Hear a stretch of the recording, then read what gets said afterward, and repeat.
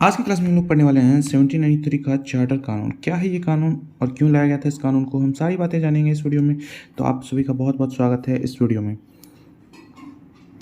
तो पहले हम लोग जान लेते हैं कि इस चार्टर का मतलब क्या होता है। ये चार्टर का मतलब होता है किसी भी चीज़ को रिन्यू करना।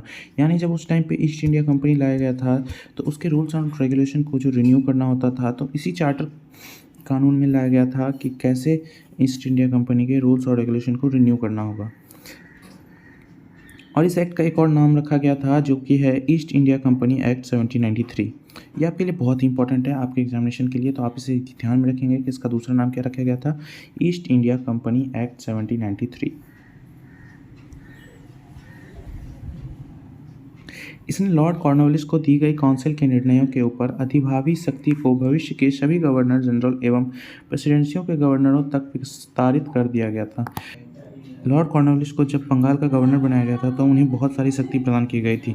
उसी शक्ति को यहाँ पे सभी गवर्नर जनरल एवं प्रेसिडेंसियों के गवर्नरों तक विस्तारित किया गया, मतलब पहुँचाया गया। जब जो भी बनेंगे अब गवर्नर जनरल और प्रेसिडेंसियों के गवर्नर, तो उन्हें बहुत सारी शक्ति प्रदान की गई थी, यानी पावर दिया गया था।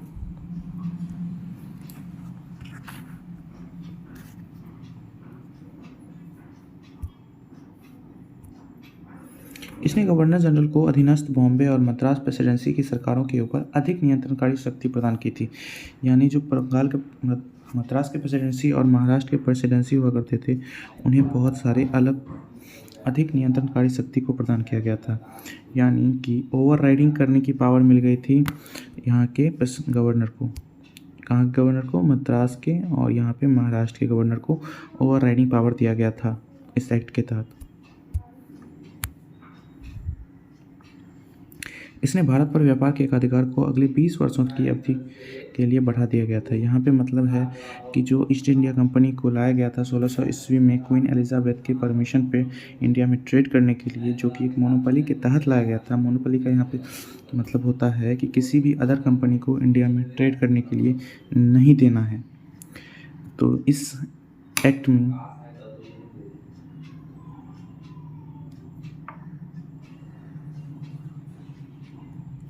तो इसी चीज़ को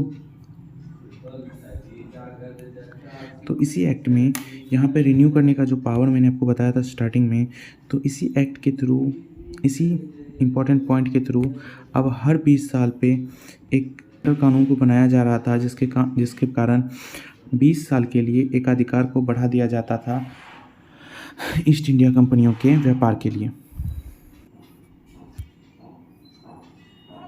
इसने कमांडर इन चीफ के गवर्नर जनरल काउंसिल के सदस्य होने की अनिवार्यता समाप्त कर दी, बशर्ते कि उसे उसी रूप में नियुक्त किया गया हो।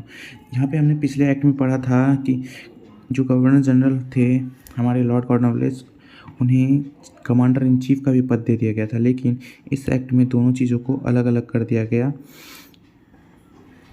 ये भी बात इंपॉर्टेंट है, आपको याद रखना है।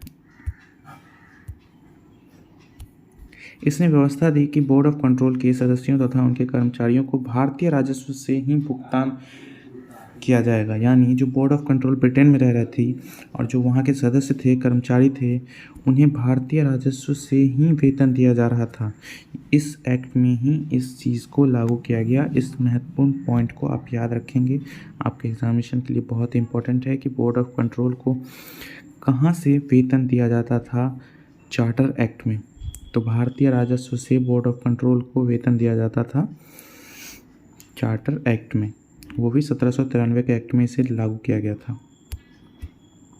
तो आगे हम लोग आपसे करंट अफेयर का क्वेश्चन पूछेंगे, जो कि है आपके एग्जामिनेशन के व्यू से बहुत ही इंपॉर्टेंट। तो आपका क्वेश्चन है, निम्नलिखित में से कौन वर्तमान में नेटो के महासचिव हैं? तो यहाँ पे आपके ऑप्शन दिए हुए हैं, आपको इसमें से बता देना है कमेंट करके कि इनमें से कौन सा ऑप्शन सही है।